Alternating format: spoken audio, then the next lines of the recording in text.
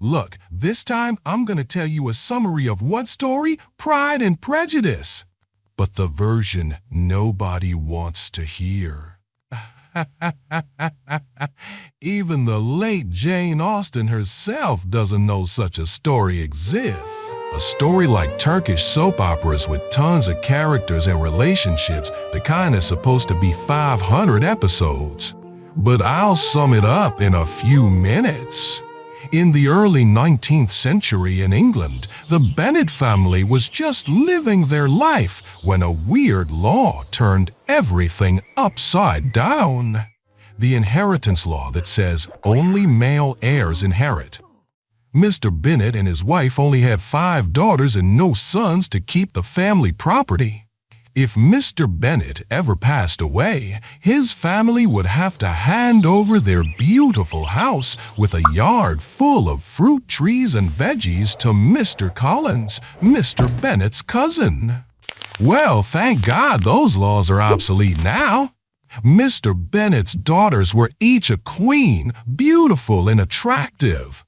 Jane, who was unmatched in beauty and kindness. Elizabeth, not as beautiful or kind as the first, but charming and smart. Mary, who always had her head in books and was like a strict teacher correcting everyone's wrong words.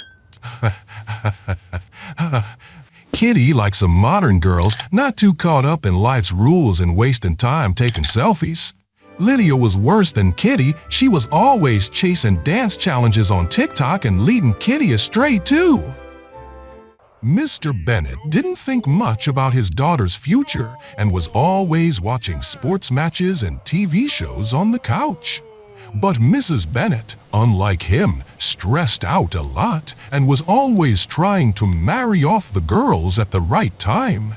She believed her daughters were like fruit. They had to be picked at the right moment, not too early when they're unripe, not too late when they're wilted. We were in this mess when a handsome young guy named Charles Bingley arrived in the neighborhood with his sister Caroline and their friend William Darcy.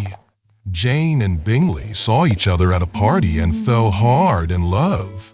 That same night, Darcy also liked Elizabeth, but told her, "I wouldn't mind having a servant like you."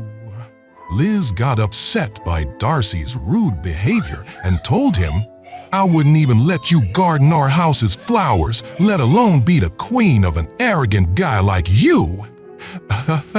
I'm so glad Liz has a sharp tongue. She put that boy in his place.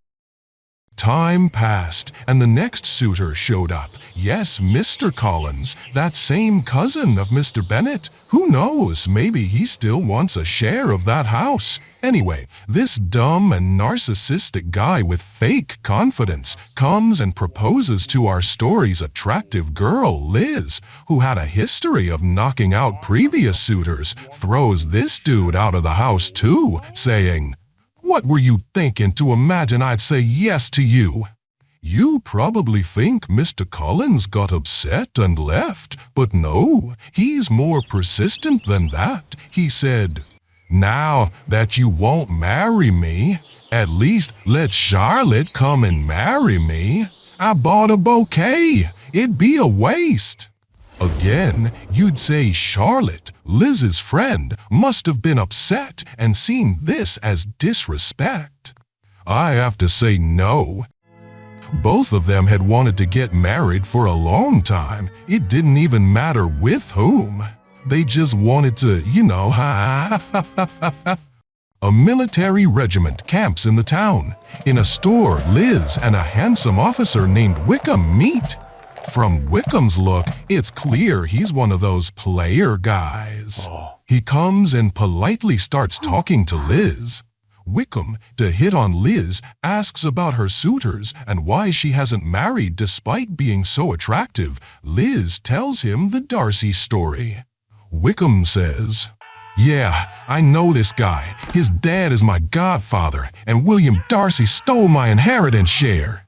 Elizabeth hates Darcy even more than before and doesn't enter a relationship with Wickham.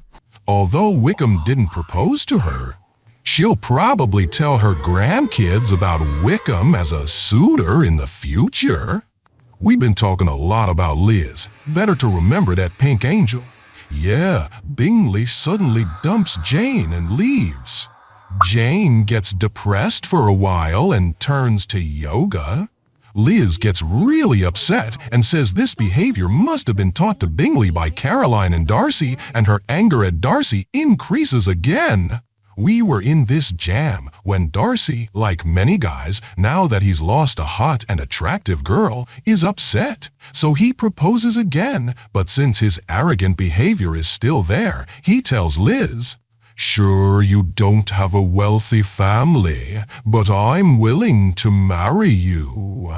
Liz says, "Sure, I don't have a wealthy family, but I don't brag with my dad's money like a spoiled kid who can't blow his nose. Plus, this money you have is Wickham's right." Darcy, seeing he's messed up again, says, "No, that's a lie. Wickham wanted to elope with my sister without marriage. I caught him, so he's out to trash me." A few days pass, and our story's Wickham has now gone after Lydia. Yeah, he's a player who doesn't care who he's with. He just wants to be with a girl.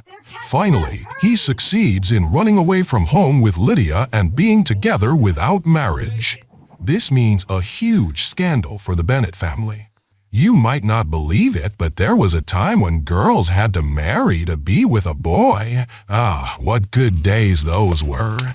Darcy sees now is the best time to prove himself to Liz, so he gets involved and goes to Wickham and gives him money to end this disgrace, so Wickham marries Lydia.